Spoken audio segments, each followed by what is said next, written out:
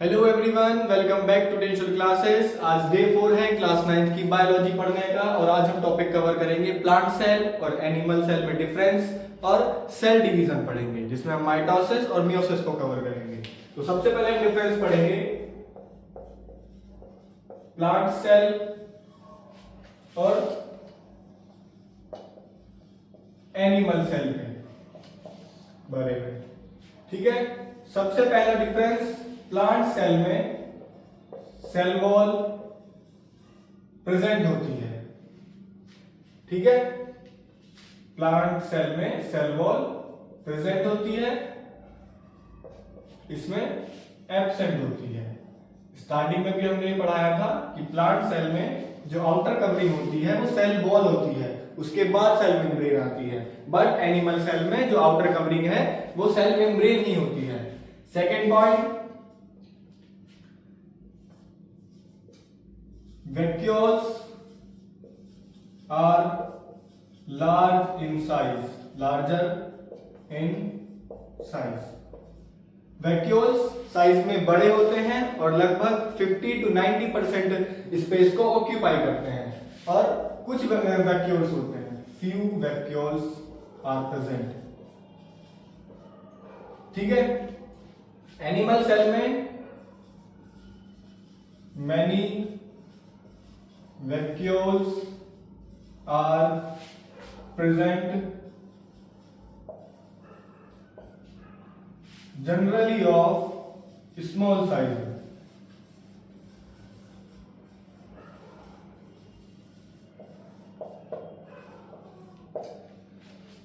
Plant cell में vacuoles size में बड़े होते हैं और कुछ वैक्यूल्स होते हैं, लेकिन एनिमल सेल में वैक्यूल्स तो बहुत ज्यादा प्रेजेंट होते हैं, पर बहुत छोटे छोटे प्रेजेंट होते हैं साइज में। नेक्स्ट, न्यूक्लियस हमारा प्रेजेंट होता है एकदम कॉर्नर में या साइड में, क्योंकि ज्यादातर जो स्पेस है वो वैक्यूल्स कवर कर लेता है और वैक्यूल्स न्यूक्लियस को साइड में पुश कर देता है। लेकिन एनिमल सेल में न्यूक्लियस कहां पे होता है? एकदम सेंटर में। सेल वॉल प्रेजेंट होती है, इसमें सेल वॉल एब्सेंट होती है। वैक्यूल्स बड़े साइज के होते हैं, कुछ ही वैक्यूल्स होते हैं, जनरली 50 to 90% स्पेस कवर करते हैं सेल का। एनिमल सेल में वैक्यूल्स तो ज्यादा प्रेजेंट होते हैं, पर छोटे छोटे साइज के होते हैं। नेक्स्ट, न्यूक्लियस साइड लोकेटेड होता है, साइड में होता है क्योंकि वैक्यूल्स उनको पुश कर देता है जब वो स्पेस ऑक्यूपाई करता है। लेकिन एनिमल सेल में न्यूक्लियस एकदम सेंटर लोकेटेड होता है, centrally located. Next,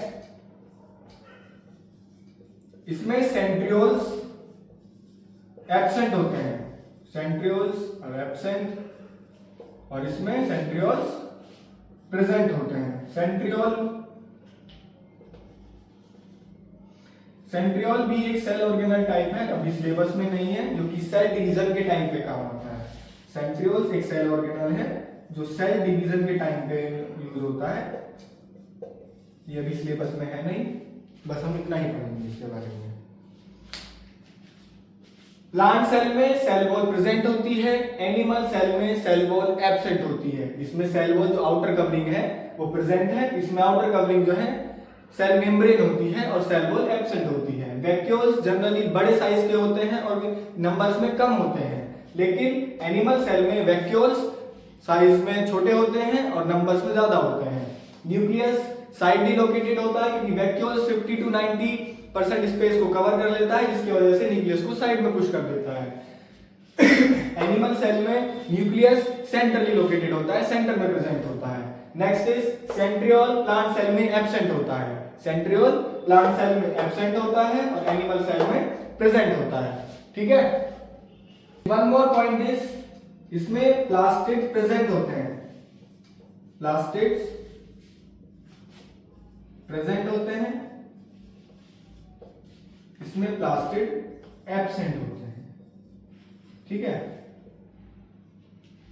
cell wall में प्लांट सेल में सेल वॉल प्रेजेंट होती है, एनिमल सेल एब्सेंट होती है। वैक्यूल्स बड़े साइज के होते हैं, नंबर्स में कम होते हैं। एनिमल सेल में वैक्यूल्स छोटे साइज के होते हैं बट नंबर में थोड़े ज्यादा होते हैं। न्यूक्लियस साइडली लोकेटेड होता है क्योंकि वैक्यूल्स जो है ज्यादातर स्पेस को कवर कर लेता है। इसमें न्यूक्लियस सेंट्रली लोकेटेड होता है।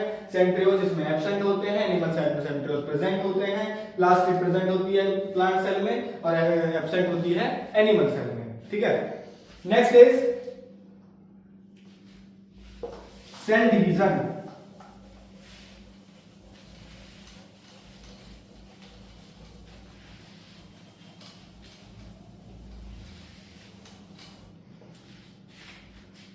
Cell division.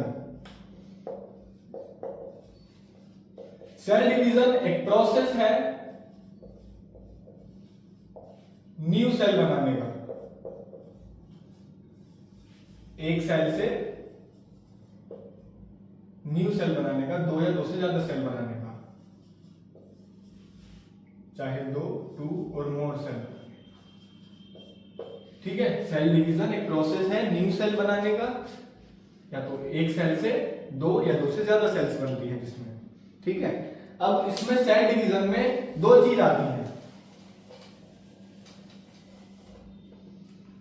First is mitosis and second is meiosis. First is mitosis and second is meiosis. Mitosis में क्या होता है, एक सेल में न्यूक्लियस के अंदर जो क्रोमोसोम्स होते हैं, मान लो ये हमने एक न्यूक्लियस ही बना दिया, इसके अंदर क्रोमोसोम्स हैं।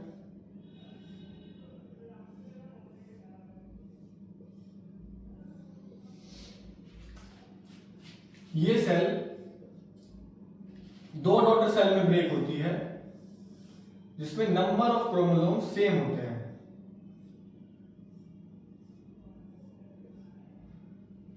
ठीक है, नंबर ऑफ क्रोमोसोम्स सेम होते हैं। माइटोसिस को हम इक्वेशनल डिवीजन भी बोलते हैं। इक्वेशनल डिवीजन क्यों? क्योंकि एक मदर सेल से दो डॉटर सेल बन रही है। एक मदर सेल से दो डॉटर सेल बन रही हैं, लेकिन इनमें नंबर ऑफ क्रोमोसोम्स जो है दोनों डॉटर सेल में सेम है। इसमें नंबर ऑफ क्रोमोसोम्स कितने थे? 46। ठीक है, इनमें भी नंबर ऑफ क्रोमोसोम्स कितने होते हैं? 46 नंबर ऑफ क्रोमोसोम्स होते हैं। ये काम करता है हमारे सेल और टिश्यू को रिपेयर करने में, सेल और टिश्यू को रिपेयर करने में या उनकी ग्रोथ कराने में। समझ आया? माइटोसिस में एक मदर सेल से दो डॉटर सेल बनती हैं। 46 नंबर ऑफ क्रोमोसोम्स होते हैं मदर सेल में। जब मदर सेल डिवाइड होके दो डॉटर सेल बनाती हैं तो उन दोनों डॉटर सेल में भी 46 नंबर ऑफ क्रोमोसोम्स होते हैं, और इसी वजह से इस प्रोसेस को हम इक्वेशनल डिवीजन बोलते हैं, क्योंकि 46 नंबर ऑफ क्रोमोसोम इसमें है और 46 इन दोनों डॉटर सेल में है। फंक्शन क्या है? सेल और टिश्यू को रिपेयर या उनकी ग्रोथ कराती है। ठीक है, एग्जांपल जैसे हम नेल्स कट करते हैं, तो नेल्स कट करने के बाद वो रिपेयर या ग्रोथ होती है उनकी, इसी वजह से होती है, उनमें माइटोसिस होता है। ठीक है, नेक्स्ट इज मियोसिस। मियोसिस में एक मदर सेल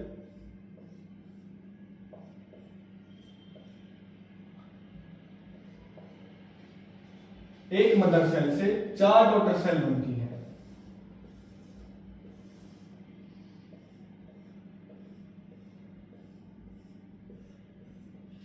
एक मदर सेल से